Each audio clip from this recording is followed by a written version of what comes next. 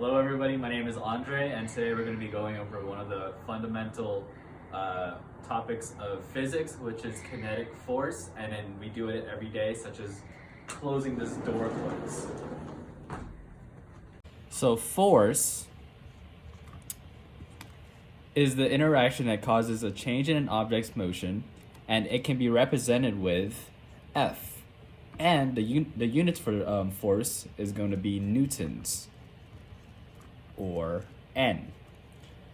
So the most common and the most fundamental equation for net force will be F net equals mass times acceleration. Kinetic friction force is the resistance to motion caused by a contact between a surface and an object moving against it. Objects aren't always as smooth as you think. At a microscopic level, there are pores, valleys, and hills which create resistance. The equation for kinetic friction can be equated to F sub k equals mu sub k and F sub n, where F of k is the kinetic friction, mu sub k is the coefficient of sliding friction, and F of n is the normal force, which can be equated to weight, which is mg, which we can write here. Weight equals mg. So now let's find the force of kinetic friction of the sliding door closing. First, we would need to find the mu sub k, which is the coefficient of the sliding door friction, or kinetic friction. When we're trying to find friction, you need to derive force, if we remember, is F equals ma, to F, or force, equals F applied minus F equals F applied minus mu mg. So here we have mu as a coefficient of friction, and then we have mass here, and then also we have g as in gravity, which is 9.8 meters over second squared.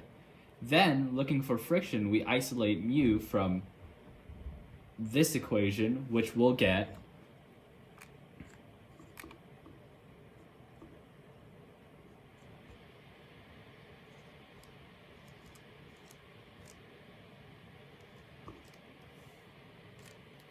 So now let's say that the door is 50 kilograms and the applied force of me pushing the door is 60 newtons.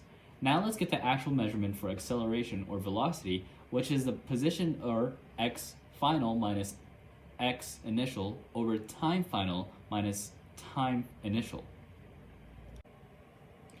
We can do this by measuring the initial position of the open sliding door in reference to the wall, and then measure the final position of the door.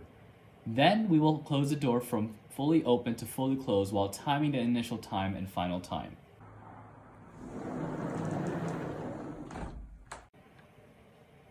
From the measurements, we get the final as 1.63 meters and the initial as 0.81 meters. The final time as 3.74 seconds and the initial time as 0 seconds. Together, we get the acceleration as 0.22 meters per second squared.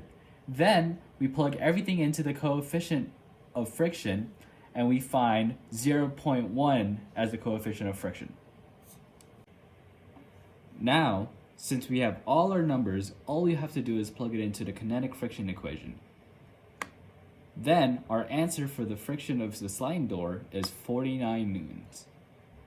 Thank you for watching, and I hope you learned something.